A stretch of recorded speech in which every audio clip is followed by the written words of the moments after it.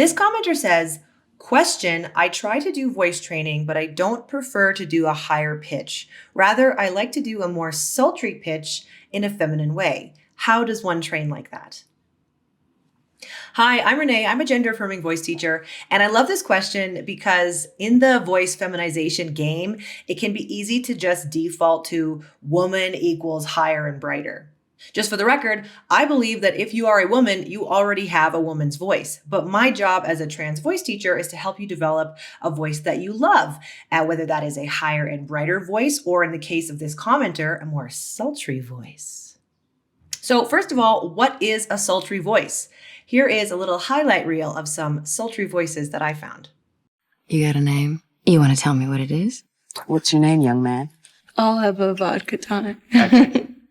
You and I would make one beautiful baby. I can't face doing another scene with Marilyn Monroe. You want me to hang out with you? It's not weird at all. I give up. What's your racket, handsome?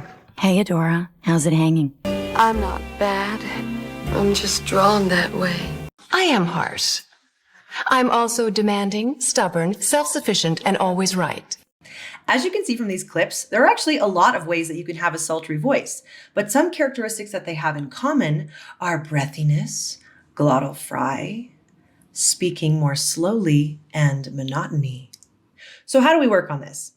Breathiness is controlled by how much adduction or abduction of the vocal folds that you have. If you want to feel like complete vocal fold adduction, you can prepare to cough. So if you were going to go cough, you feel this closure happening and then an explosion happens when you cough. But just feel that complete closure. So that is what complete adduction feels like. Now to feel the opposite, the release of that, we're going to say, aha, aha. So the ah, with the little glottal stop at the start, has that closure feeling. And then when we open to say ha, you can feel that release of those muscles.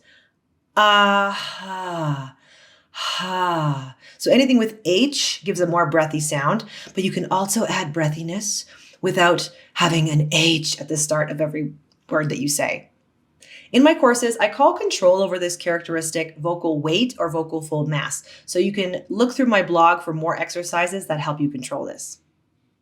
A word of caution though, a breathy voice isn't considered a very efficient way to speak because it uses so much more air than a non-breathy voice. So keep that in mind when you're using this characteristic. Now, glottal fry is also happening at the level of the vocal folds, and it happens when we completely adduct and then bubble air through the vocal folds like this.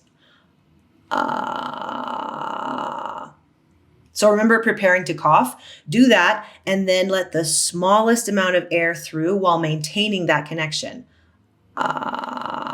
It should sort of feel like this, but here. What I consider to be the tricky part about creating a sultry voice is balancing the breathiness where the vocal folds are very open with the glottal fry where the vocal folds are very closed. What you kind of have to do is alternate between those two positions until you find a mode of expression that works for you. If we go back and listen to that Kim Cattrall clip again, you can hear her alternating between breathiness and fry. I am harsh. I'm also demanding, stubborn, self-sufficient, and always right. In bed, at the office, and everywhere else. I am harsh. I'm also demanding, stubborn, self-sufficient, and always right. In bed, at the office, and everywhere else. So that is how you use breathiness and fry to create a sultry, sexy voice. Speaking slowly and more monotonously are pretty self-explanatory, so we'll leave it here for now. Let me know in the comments if you're going to try some of this to create your own sultry voice. And I hope this helps. Did I nail that? Did I nail that?